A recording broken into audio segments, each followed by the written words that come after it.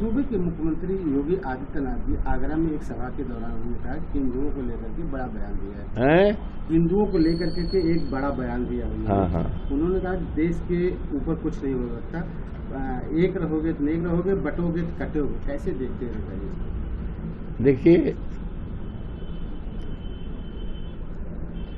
हम देशवासी बहुत, हमें अपने देश के सभी और प्रदेश के और नगर के सभी सम्मानित बुजुर्गों पर, सभी सम्मानित माताओं पर, बहनों पर और नौजवानों पर और सब पर बहुत बड़ा मैं अपने को भाग्यवान समझता हूँ, भाग्यशाली मानता हूँ। और ये देश का गौरव रहा है कि जब भी देश के ऊपर कभी भी किसी प्रकार का बाह्य संकट आया है, चाहे चीन का आक्रमण रहा हो, चाहे और 65-66 में देश के ऊपर हमला रहा हो, हमारे देशवासियों ने राजनीति से ऊपर उठकर, धर्म से ऊपर उठकर सभी लोगों ने देश की रक्षा का काम किया है। ये इतिहास गवाह है। तो जहाँ तक आदरणीय मुख्यमंत्री जी के बयान को आप कोट कर रहे हैं, तो उनकी तो बातें न्यारी है। मुख्यमंत्री की तो बातें न्यारी है कि हिंदू एक रहें। अब हिंदू वो किसको मानते हैं? जो भारतीय जनता पार्टी में रहे वही हिंदू रहेगा? क्या हम लोग हिंदू नहीं हैं? यहाँ जितने लोग बैठे हैं, ये आप देख लो, ये जितने लोग बैठे हैं सभी हिंदू हैं, सब जात बिरादरी लोग हैं। पंडित भी हैं, ठाकुर भी हैं, यादव भी हैं, सब बिरादरी लोग बैठे, ठाकुर भी बैठे हैं। तो हमारा देश हमेशा एक रहा है। अनेकता में एकता, अनेकता में एकता का भाव रहा है, यही भाव रहेगा। गंगा जमुनी संस्कृत है, यही रहेगी। अब वो कि हिंदू एक रहें, अरे भाई सारे लोग हिंदू हैं, तो इसका मतलब है कि जो भारतीय जनता पार्टी में है वो हिंदू रहेगा, और भारतीय जनता पार्टी से जो अलग है वो हिंदू नहीं। यही तो है ना। तो इनका कुछ, इनके सामने कुछ तो है नहीं काम, कोई काम है नहीं। आज सबसे बड़ा सवाल हमारे आपके सामने, देश के सामने बहुत बड़ा संकट है महंगाई का, बहुत बड़ा संकट है। आज हमारे करोड़ों करोड़ों इस देश में नौजवान हैं, पढ़े लिखे हैं, डिग्रियां लिए हुए हैं, उनके हाथ में सरकारी नौकरी नहीं है। आज इस पर चिंता करना है, ये इसका ख्याल उनको नहीं है। योगी बाबा को इसका ख्याल नहीं है कि हमें नौजवानों को नौकरी देना है, महंगाई दूर करना है। हमारा देश खेती प्रधान देश है। आज सबसे ज़्यादा अगर कोई परेशान है तो वो किसान है। किसान की रात खेतों में बीत रही है, धान लगा है और सांड उसको चर लेते हैं, चरते भी हैं और सांड के आगे पीछे को जो है तो मार डालते हैं। इस सवाल को मैंने विधानसभा में भी उठाया था, और यहाँ तक कि विधानसभा का सत्र की जब शुरुआत हुई थी तो 40-50 सांड बनवा करके, और विधानसभा के अंदर, जिस समय विधानसभा के अंदर महामहिम राज्यपाल जी आई, मुख्यमंत्री जी आए, सारी सरकार आई, सारे एमएलए एमएलसी आए, तो हमारे पार्टी के लोगों ने सांड दिखाया। योगी बाबा ने कहा, अवधेश प्रसाद ये पता नहीं कहां से सांड लाए थे। अरे हमने कहा, मान्यवर ये सांड कहीं बाहर के नहीं है, ये आपके राज्य के सांड हैं, और ये सांड खेती चरते हैं, किसानों को जान लेते हैं, और अब तक कम से कम 5000 किसानों को सांडों ने जान ले लिया है। हमारे क्षेत्र मिल्कीपुर में जहां से हम विधायक हैं, और वहां 50-55 लोग, मेरे पास सूची है किस तारीख को मरे हैं, कौन बिरादरी के हैं, किस गांव के हैं, क्या उम्र है। मैं चाहता हूं कि जितने मृतक हुए हैं उत्तर प्रदेश में, कम से कम 10 लाख रुपए का हर्जाना दिया जाए या आर्थिक सहायता दिया जाए उनके रोते मटेरियल के परवान। और आज ही एक घोषणा किया जाए कि उत्तर प्रदेश की सरकार किसानों की खेती बचाने के लिए सांडों से, आवारा जानवरों से सरकार की योजना क्या है। माननीय मुख्यमंत्री जी बोल नहीं पाए, कुछ नहीं बोले। हाँ, इतना जरूर है, उनके एक पशुपालन मंत्री खड़े हुए, हाँ गौशालाओं का व्यवस्था कर दिया गया। अरे हमने कहा बाबा, गौशालाओं की हालत और खराब है। हमारे गौशालाओं में जो गाय है, सांड है, जो भी बंद है, पानी नहीं मिल रहा है, पोताल नहीं है, भरपेट भोजन नहीं है, चूनी भूसी नहीं है, दवाई नहीं है, और न जाने कितने लोग मर रहे हैं ये देश के लिए। और ऐसे समय में जब हमारे प्रदेश का एक साधु सन्यासी योगी मुख्यमंत्री हो और उसके राज में गायों को पानी न मिले, चरहा न मिले, ओहताल न मिले, तो ये तो सरकार के लिए बहुत ही चिंताजनक बात है। और सरकार के लिए शर्म की बात है कि जब प्रदेश में एक योगी मुख्यमंत्री हो, उसके राज में हमारी गायें भूखों मरे, धूप में खड़ी रहें, पानी में खड़ी रहें, जाड़े में खड़ी रहें, बीमार हों तो दवाई न मिले और भरपेट उनको चारा न मिले, ये शर्म की बात है। और उसी समय हमारे नेता माननीय अखिलेश जी ने कहा, अरे तो कमाल की सरकार है।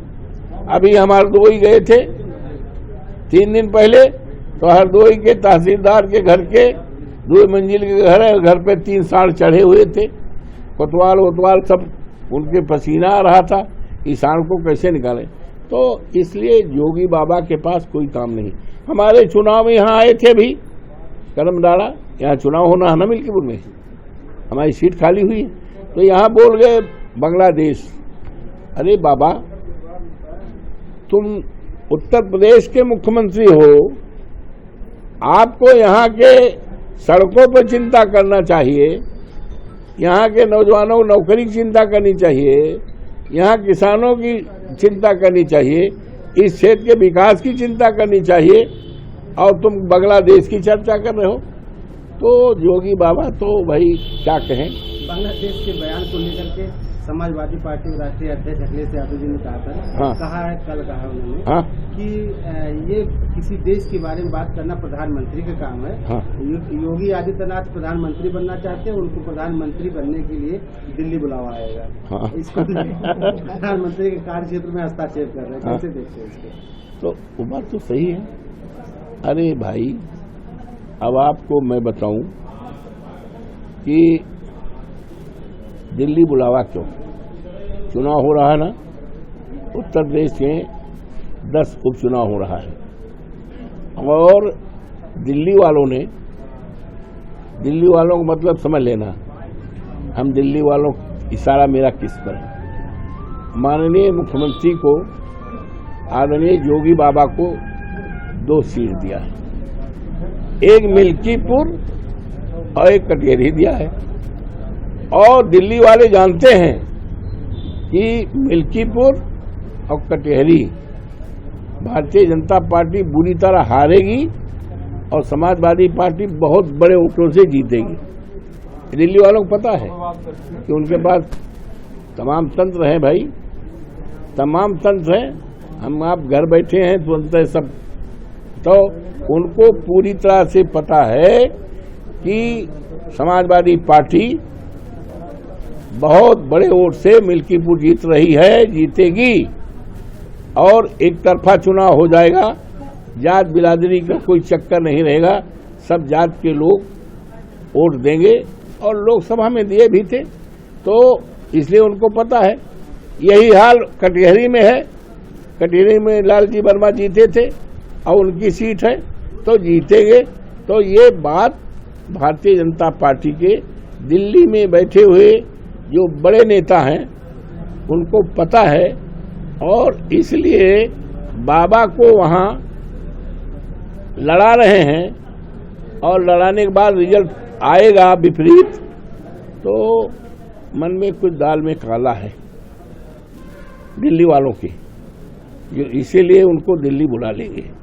तो ये है, उनको तो क्या बाबा कितना सीधे साधे हैं, भला आदमी है।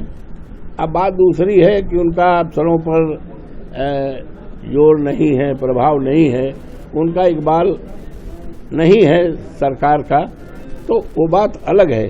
लेकिन व्यक्तिगत तौर से भले आदमी हैं, एक योगी हैं, सन्यासी हैं, व्यक्तिगत तौर से भाई ठीक है। लेकिन सरकार चलाने में यौन दुर्गत हो रही प्रदेश की, सारा विकास होता है। अब आप बोलिए, माननीय अखिलेश जी मुख्यमंत्री थे 12 से 17 तक हमारी सरकार थी, हम भी सरकार में मंत्री थे।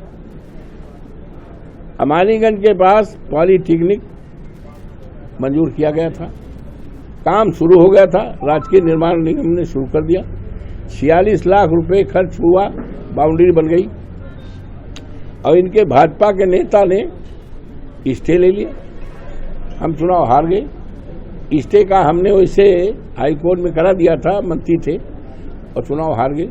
इन लोगों ने पैरवी तक नहीं किया 7 साल तक। फिर जनता ने हमें 22 में जिताया, पैरवी हुई, अब पॉलिटिक्स बनेगा। मिल्कीपुर चुनाव में अजीत प्रसाद जी को टिकट मिला है, अजीत प्रसाद जी को टिकट मिला हुआ है, कैसे कंपेयर रहेगा, कितने वोटों से जीते जा रहे हैं? ऐसा है कि ये हम अपने को सौभाग्यशाली मानते हैं कि जनता का, आम सभी लोगों का सहयोग, आशीर्वाद मेरे साथ रहा है। वो मिल्कीपुर जिसकी चर्चा कर रहे हो, 35,000 वोट से 12 में जीते थे और अभी 4 जून को जो नतीजा आया है लोकसभा का, उसमें भी हम जीते हैं और जीते हैं तो वहाँ पर जनता अपने हाथ में चुनाव ले लिया है, जैसे लोकसभा में लिखा है, और बड़े वोटों में समाजवादी पार्टी जीतेगी और उनको पता है कि इनके जीतने से ही विकास होता है और होगा। दूसरा, अगर जीतता है, एक आध बार जीता है तो सारा विकास अवरुद्ध हो गया था, ठप हो गया। एक एक हमारे पास सूची है, देख सकते हो। तो इसलिए चुनाव भारतीय जनता पार्टी लड़ाई में नहीं। तरक्की अगर करना है तो हिंदुस्तान का जब तक किसान खुशहाल नहीं होगा तब तक देश खुशहाल नहीं हो सकता। और यहाँ तक बताया था, देश की तरक्की का रास्ता खेत और खलिहान से गया है।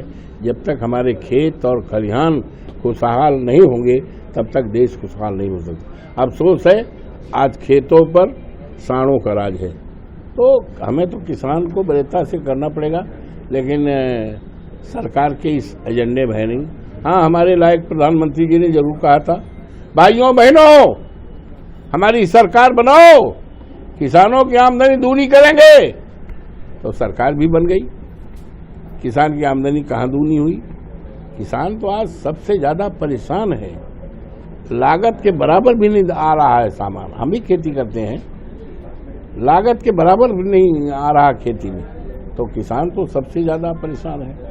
तो किसान और भारतीय जनता पार्टी के राज में आपको पता है कम से कम 700-800 किसानों की जाने गई।